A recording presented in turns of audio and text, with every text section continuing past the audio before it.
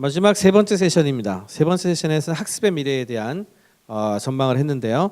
고등교육은 공적, 사적 이익 모두를 제공하지만 대학 학위에 투자하는 학생, 부모, 정책 기반자 모두에게 되게 중요하다.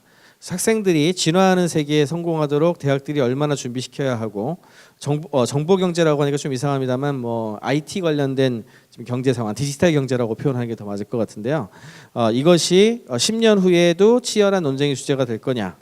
그리고 대학을 졸업할 때까지 학생들이 소유해야 되는 자질은 무엇이냐? 그리고 어떻게 학생들을 그런 기술로 가장 무장시킬 수 있는가에 대한 답을 내는 것이 굉장히 중요합니다. 2010년에 내셔널 리서치 카운슬에서 21세기의 스킬, 기술과 관련된 보고서를 보면은요. 과거의 그 전문적 지식을 중심으로 하는 스킬 세트에 비해서 굉장히 다른 것들을 중시하고 있는데 가장 중요하게 픽업된 속성들이 인지적, 내재적, 대인관계 관련된 속성들이 많이 제시가 되고 있습니다. 여기 이제 조금 더 자세히 얘기를 하자면 협력과 팀워크, 창조성과 상상력, 비판적 사고와 문제 해결의 혼합인데 지금 현재 이런 것을 중심으로 하는 전공이란 건 없죠. 그러니까 어떻게 보면 지금 미래 인재가 요구하는 것과 실제로 우리 대학 교육이 제공하는 것의 차이가 굉장히 크다는 걸 느낄 수 있는 부분이고, 그렇다면 대학들이 이것들을 늘리기 위한, 증진시키기 위한 대학 교육 과정을 어떻게 제고할 것인가가 학습의 미래에서 굉장히 중요한 숙제가 됩니다. 그래서 미래 대학을 정의하는 5가지 트렌드를 얘기를 했는데요.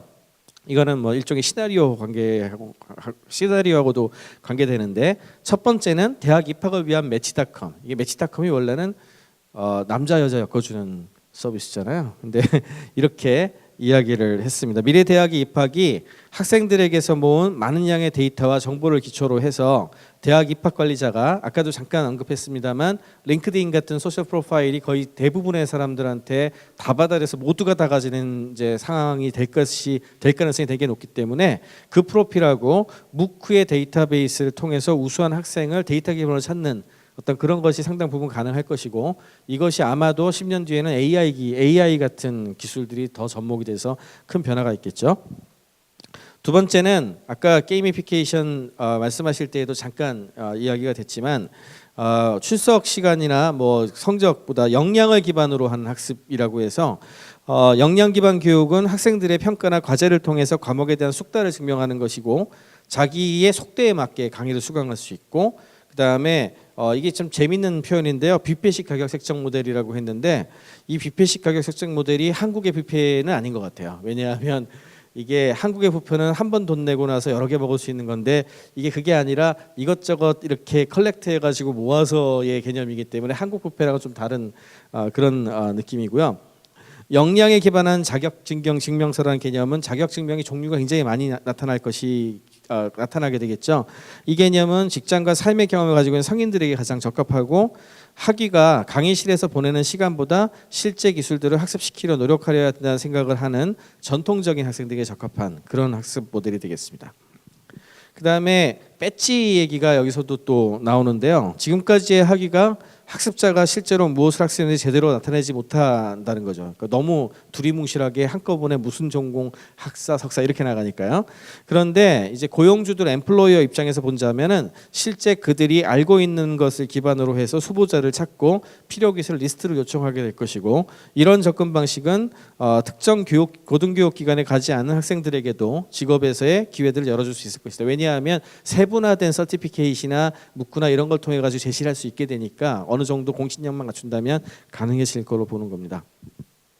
그 다음에 네 번째 트렌드가 University for Life라고 해서 졸업 후에도 학업을 지속할 수 있게 하는 게 굉장히 중요하게 봤고요.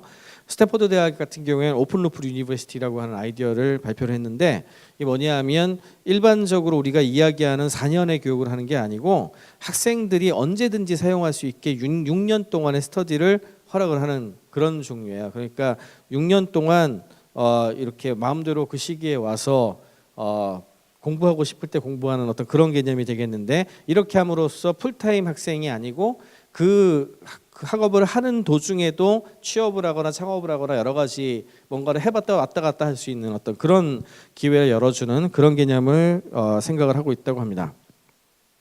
그리고 데이터 분석은 앞으로도 굉장히 중요한 역할을 할 것 같아서요. 소수 대학들이 뭐 수행 데이터 수집 및 분석을 통해서 개인화된 조언이나 강의 제공을 위해서 패턴 추적 도구를 지금까지 개발해 왔는데 앞으로 이제 시간이 지나면 지날수록 모바일 기술이 굉장히 더 발달을 하고 빅데이터가 폭발적으로 이제 증가를 하면서 이런 기술에 대해서 기관 전체에서 접근할 수 있도록 하는 디지털 전략과 계획이 아마 필수가 될 것이다 이렇게 제시를 했습니다.